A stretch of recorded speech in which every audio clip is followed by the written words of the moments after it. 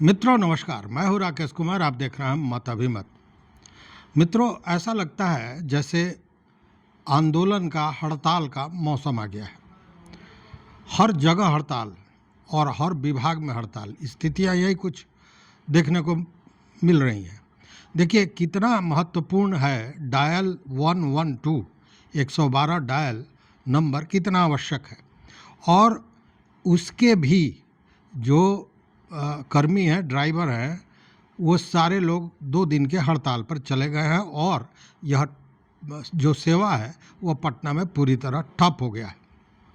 उसी तरह देखिए कि बिहार अनुसूचित कर्मचारी संघ का अनिश्चितकालीन हड़ताल चल रहा है लगातार। सारे जिला मुख्यालयों पर तो चल ही रहा है, समाहरणालय पर। आज वह लोग भी गर्दनीबाग पहुँचे, वहाँ उनका हड़ताल जारी है। आज आपने देखा होगा कि किसानों पर वाटर कैनन और सारी चीज़ें चलाई गई। और इधर जो विशेष सर्वेक्षण संविदा कर्मी और अभियंता संघ है वह 16 तारीख से अनिश्चितकालीन हड़ताल पर बैठा हुआ है। और जब इन सारे लोगों से बात किया जा रहा है तो यही समझ में आ रहा है कि एक तरह से कहें कि पदाधिकारियों की मनमानी चल रही है। जैसे ये डायल 112 एम्बुलेंस सेवा जो है, उसके लोगों ने बताया कि 2022 में उनकी बहाली हुई। यह कहा गया कि संविदा पर है और चूंकि अनुबंध में है तो ट्रांसफ़र नहीं होगा, 20 किलोमीटर के अंदर रखा जाएगा। लेकिन अब 100 किलोमीटर भेज दिया गया। साथ में वेतन की बात और तमाम मांगे हैं उनकी। उसी तरह अनुसूचित कर्मचारी संघ की भी स्थिति है कि वेतनमान में इतना अंतर है जिसको लेकर लगातार वो 10 सूत्री मांग को लेकर बैठे हुए हैं। किसान, आज तो आपने देखा होगा अखबारों में जो बाज़ाब्ता सरकार के ही जो ऑडिटर हैं उन्होंने इस बात का खुलासा किया है कि जो ज़मीन अधिग्रहण किया जा रहा है विभिन्न योजनाओं को लेकर, उसमें भयानक घालमेल हो रहा है।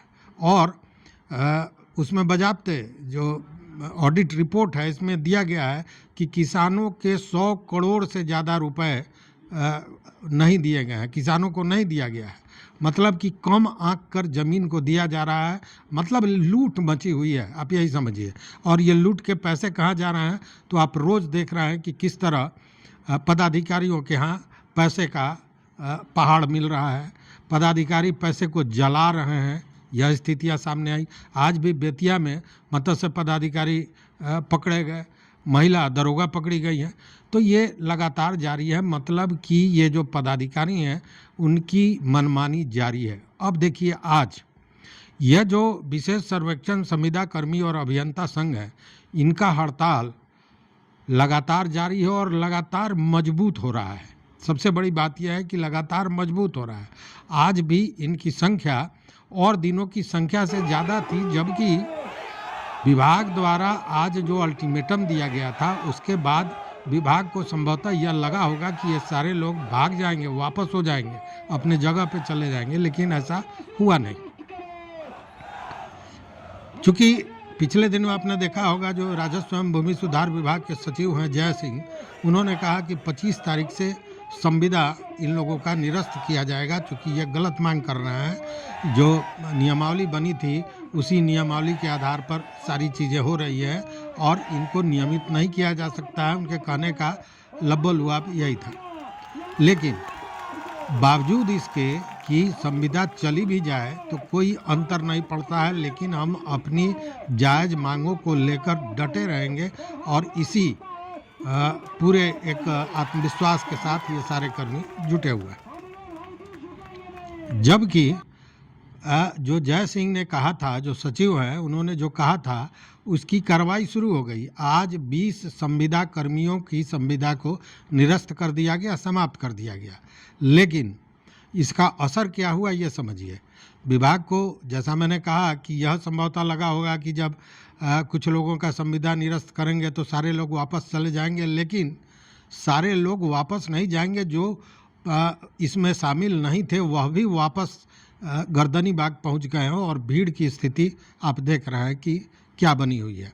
लोग अब आक्रोशित भी हो रहे हैं और अब तक जो एक दिशा थी आंदोलन की, वह लगता है कि अब बदलने वाली है। हालांकि बदलने का मतलब कि मेरा कहने का मकसद ये नहीं है कि ये उग्र होगा, क्योंकि ये सारे लोग पढ़े लिखे लोग हैं, सारे संभ्रांत लोग हैं, तो आंदोलन को उग्र तो नहीं करेंगे। लेकिन जिस जैसे जैसे इन लोगों का जो तानाशाही है, जिसे ये तानाशाही कह रहे हैं, पदाधिकारियों की तानाशाही बढ़ती जा रही है, वैसे वैसे इनकी एकता और आंदोलन और भी मजबूत होता जा रहा है। सबसे बड़ी बात यह है।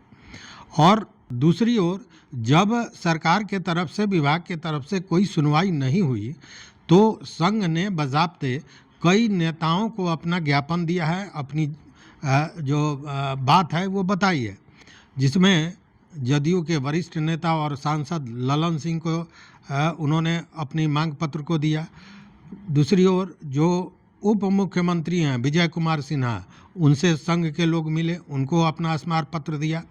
दूसरी ओर जो अशोक चौधरी मंत्री, जो बताए जाते हैं कि नीतीश कुमार के दाएं बाएं रहने वाले मंत्री में से हैं, सबसे नज़दीक माना जाता है नीतीश कुमार के, तो अशोक चौधरी को भी अपनी मांग पत्र संघ के द्वारा दिया गया।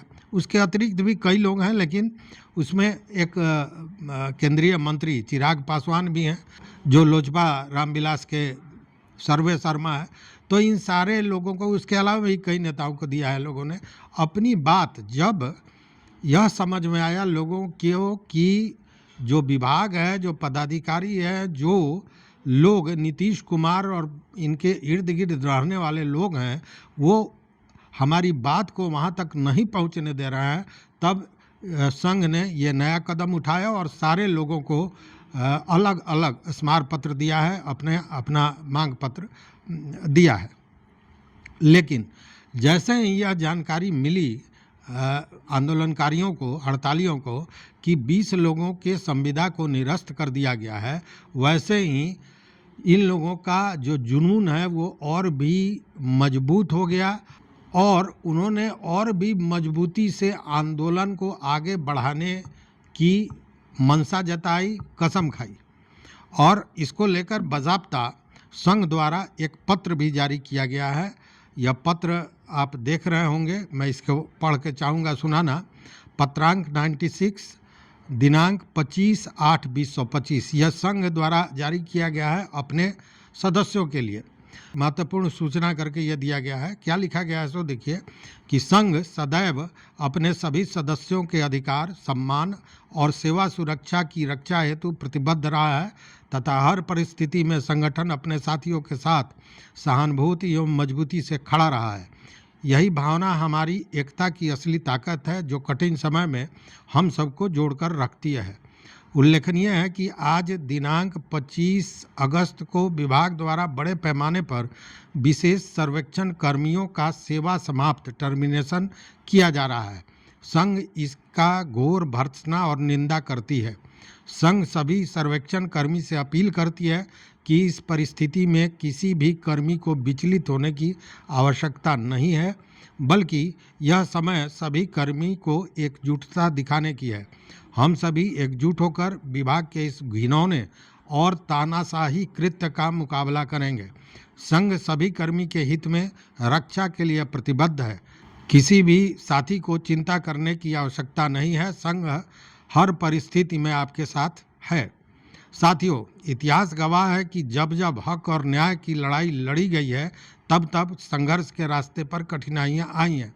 आज हमारे कुछ साथियों को टर्मिनेशन लेटर मिला है। यह केवल कागज़ का टुकड़ा है, हमारे हौसले को नहीं तोड़ सकता। याद रखिए, नौकरी छीन सकती है लेकिन इज्जत और सच्चाई छीन नहीं सकती। तनख्वाह रुक सकती है लेकिन हमारे हक की लड़ाई रुक नहीं सकती। कुर्सी बदल सकती है लेकिन आंदोलन का इतिहास बदल नहीं सकता। यह टर्मिनेशन असल में हमारी ताकत का डर है। यह इस बात का सबूत है कि हमारी आवाज़ सत्ता तक पहुंच चुकी है। इसलिए हमें और मजबूत और धैर्यवान और संगठित रहना है। संघर्ष हमेशा अस्थायी होता है, लेकिन जीत स्थायी होती है। भवदीय विभूति कुमार, प्रदेश सचिव। यह पत्र जारी किया गया है कि लोग जो संघ के सदस्य हैं वो कहीं से विचलित ना हो और संघ अपनी मजबूती को स्पष्ट करना चाहता था, जो किया है। चूँकि अगर 20 संविदा कर्मियों को टर्मिनेट कर दिया गया बावजूद जब संघ इतनी मजबूती से लड़ रहा है, मतलब कि जो भय दिखाने का, डर दिखाने का मंशा लेकर यह सारी कार्रवाइयाँ की जा रही थी, जैसा हड़तालियों का कहना है कि यह केवल डर दिखाने की बात है कि इस डर से लोग चले जाएंगे, तो ऐसा नहीं है। ये डरने वाले नहीं हैं। आंदोलन जारी है और पूरी मजबूती के साथ जारी है। बजाते उन लोगों ने जय सिंह पर, जो सचिव हैं, उन पर तानाशाही का भी आरोप लगाया है और यह भी कहा गया है कि मतलब एक तरह से कहें कि 2-3 दिन का अल्टीमेटम अब संघ के लोगों ने सरकार को दिया है या विभाग को दिया है, आप जो कह लें। और ये कहा गया है कि 2-3 दिनों के अंदर में अगर परिस्थितियां नहीं सुधरती हैं तो उस स्थिति में आंदोलन को और भी मजबूत किया जाएगा और साथ में सारे लोग भूख हड़ताल पर चले जाएंगे। मतलब एक सीढ़ी और ऊपर आंदोलन के जाने की बात हो रही है, पीछे घसकने की बात कहीं से नहीं की जा रही है। चूँकि जिससे स्पष्ट ये लगता है कि इस टर्मिनेशन का डर अब इन लोगों को नहीं है। तो अब सवाल यह है कि सरकार क्या करेगी? क्या 13,000 जो कर्मी हैं, संविदा कर्मी, सारे लोगों को टर्मिनेट कर देगी? मैं अब भी कहता हूँ कि यह करना मुश्किल ही नहीं, एक तरह से कहें कि नामुमकिन है। चूँकि रास्ते अभी इनके पास हैं। अभी तक सारे लोगों ने, संघ ने जो भी रास्ता इख्तियार किया है वह आपसी बातचीत और समझौते का रास्ता है। अभी तक विभाग के पास जा रहे हैं, सरकार के पास अपनी बात रख रहे हैं, विभिन्न नेताओं को अपनी बात कर रहे हैं। अभी कानून का रास्ता तो पूरी तरह बाकी है।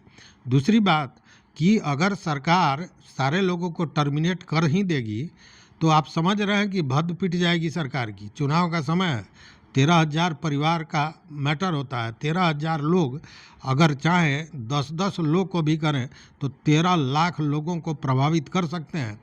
और स्वाभाविक है कि हमारे घर में या आपके घर में कोई बच्चा इस तरह से, इंजीनियरिंग आप पढ़ाते हैं, वो इंजीनियरिंग करके और चूँकि नौकरी नहीं मिल रही है तो इस काम में लगता है और उसको टर्मिनेट कर दिया जाएगा, तो क्या आपको बुरा नहीं लगेगा?